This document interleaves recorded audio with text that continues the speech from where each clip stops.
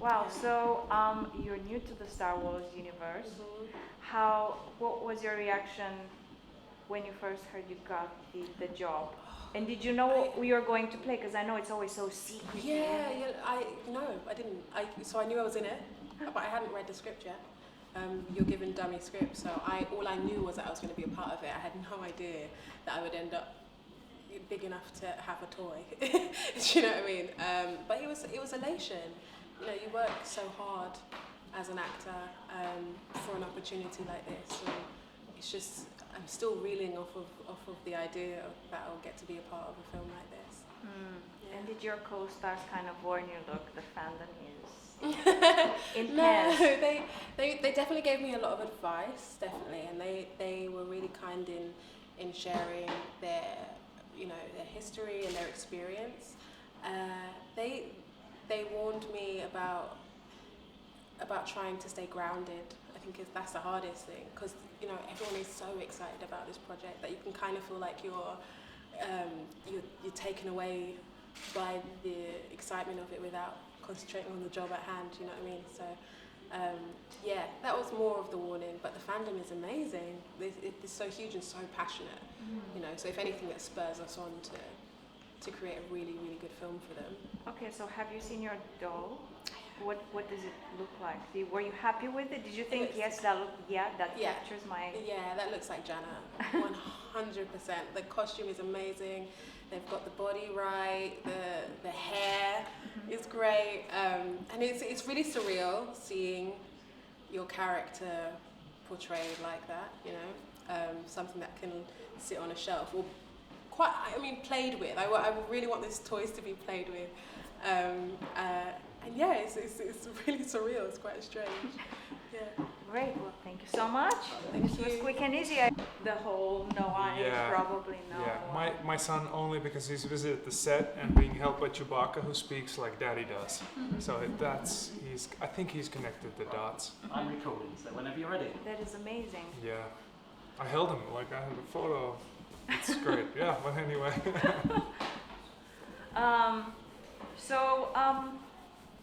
This is your second Star Wars universe? I've been filming fourth Star Wars. Oh films. my goodness. Yeah. Losing track here. Yeah. How have things evolved for you? How has it been, like, with the fandom so intense? Are you used to that amount of attention?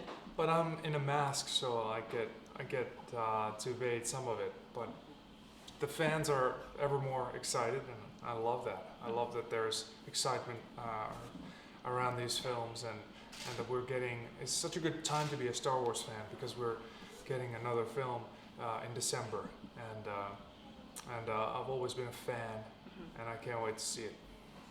Not only a film, we're also getting the new series, The Mandalorian, on Disney Plus, and I think a bunch of other spin-offs are in works.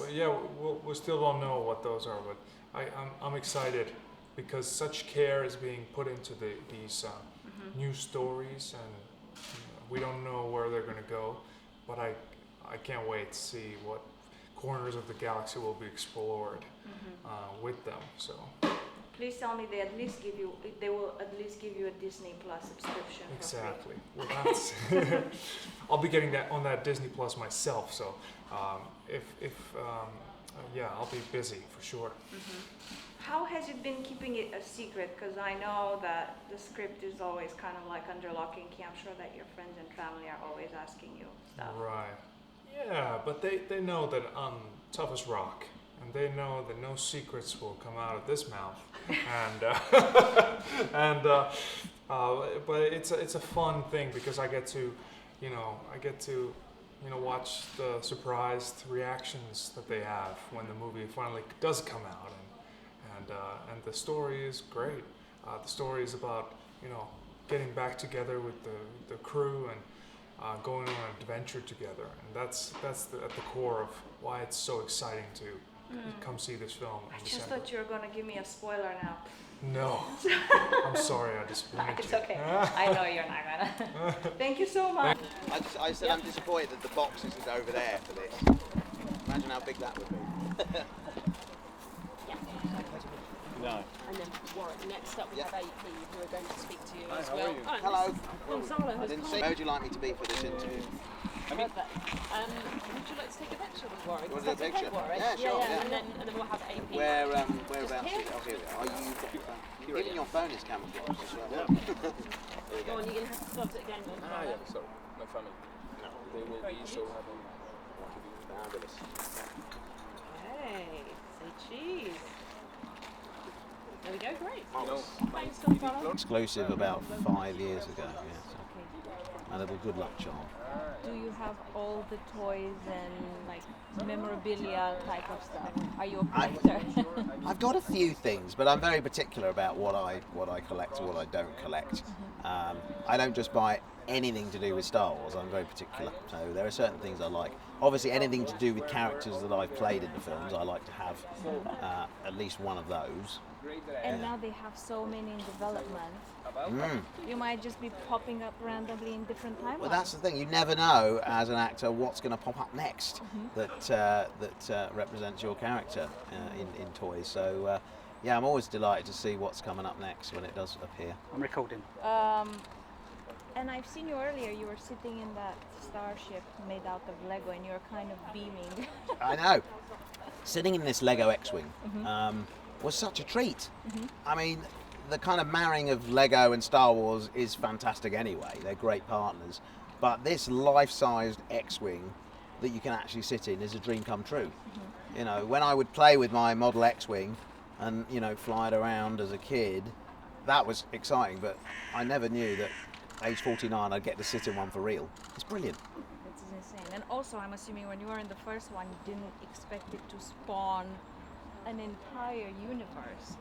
Yeah, when I was 11 and appeared in Return of the Jedi, yeah, I didn't know at that point it was going to become such a huge part of my life and career. I mean, not a day goes by where I don't talk about Star Wars, meet a fan of Star Wars, act in one of the Star Wars movies. I mean, my life revolves around Star Wars more or less constantly.